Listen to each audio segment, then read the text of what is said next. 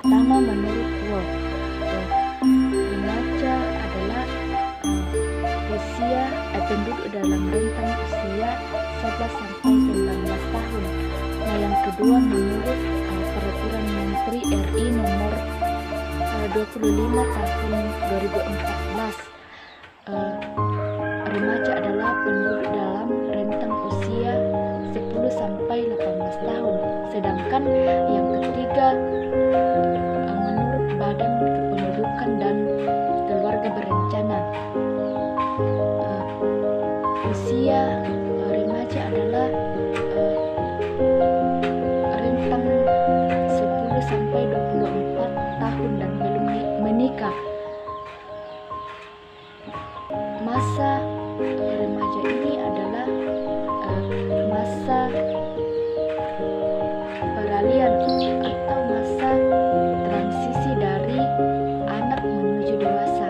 Nah, pada masa ini begitu besar mengalami pertumbuhan dan perkembangan baik itu fisik maupun mental, sehingga dapat dikelompokkan remaja dalam beberapa tahapan sebagai berikut. Yang pertama, fase remaja. Pada fase ini ada beberapa bagian, yaitu yang pertama pra-remaja 11 atau 12 sampai 13 atau 14 tahun. Pada fase ini pra-remaja ini mempunyai masa yang sangat pendek, kurang lebih hanya 1 tahun.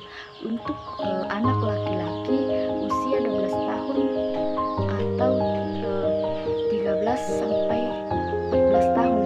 Dikatakan juga fase ini fase negatif karena terlihat tingkah laku cenderung negatif.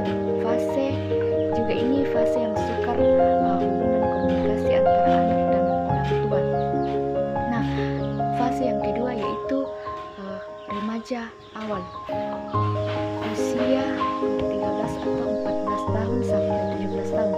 Pada fase ini perubahan terjadi sangat pesat dan mencapai puncaknya menyerupai orang dewasa muda. Remaja sering berhak untuk membuat keputusan sendiri. Pada masa perkembangan ini, pencapaian kemandirian dari identitas sangat menonjol.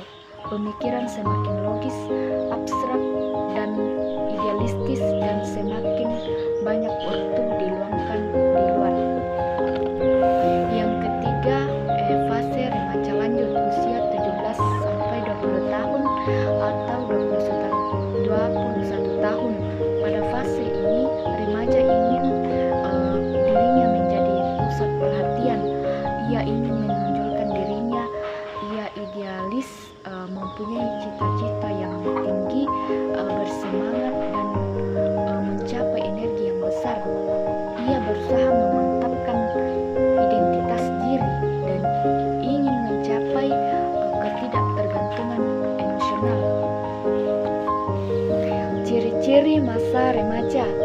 Ada beberapa ciri masa remaja. Yang pertama, masa remaja sebagai periode peralihan. Yang kedua, masa remaja sebagai periode perubahan. Yang ketiga, masa remaja sebagai usia bermasalah. Yang keempat, masa remaja sebagai masa mencari identitas. Yang kelima, masa remaja sebagai masa yang tidak realistis. Yang keenam, masa remaja sebagai ambang masa dewasa. Materi yang berikut yaitu aspek-aspek perkembangan masa remaja. Yang pertama, perubahan fisik. Misalnya perubahan pada karakteristik seksual seperti pembesaran dada dan perkembangan pinggang untuk anak perempuan. Sedangkan anak laki-laki timbulnya kumis, jenggot, serta perubahan suara yang semakin dalam. Yang kedua, perubahan Nah, perubahan internal ini ada 4 bagian. Yang pertama, sistem perencanaan. Misalnya usus bertambah panjang dan bertambah besar. Yang kedua, sistem peredaran darah. Pada sistem peredaran darah ini, jantung tumbuh pesat pada masa remaja usia 17 atau 18 tahun. Beratnya 12 kali berat pada waktu lahir. Panjang dan tebal dinding pembuluh darah meningkat dan mencapai tingkat kematangan bila mana jantung sudah matang. Bagian yang ketiga yaitu jaringan tubuh. Pada jaringan tubuh ini perkembangan kerangka berhenti rata-rata pada usia 18 tahun, sedangkan jaringan selain tulang terus berkembang sampai tulang mencapai ukuran matang. Dan bagian yang keempat yaitu sistem pernapasan. Nah, pada sistem pernapasan ini kapasitas paru-paru anak perempuan hampir matang pada usia 17 tahun. Anak laki-laki mencapai tingkat kematangan beberapa tahun kemudian. Aspek yang ketiga yaitu perkembangan emosi. Perkembangan emosi pada masa remaja ini cenderung lebih tinggi dari masa anak-anak. Hal ini dikarenakan karena mereka berada di bawah tekanan sosial dan menghadapi kondisi yang baru. Aspek perkembangan yang keempat yaitu perkembangan kognisi. Nah, pada perkembangan kognisi ini mulai dari usia 12 tahun proses pertumbuhan otak telah mencapai kesempurnaan. Pada masa ini sistem syaraf yang memproses informasi berkembang secara tepat dan telah terjadi reorganisasi lingkaran syaraf lobe frontal yang berfungsi sebagai kegiatan kognitif tingkat tinggi, yaitu kemampuan merumuskan perencanaan strategis atau mengambil keputusan. Nah, yang aspek perkembangan yang keempat yaitu perkembangan sosial.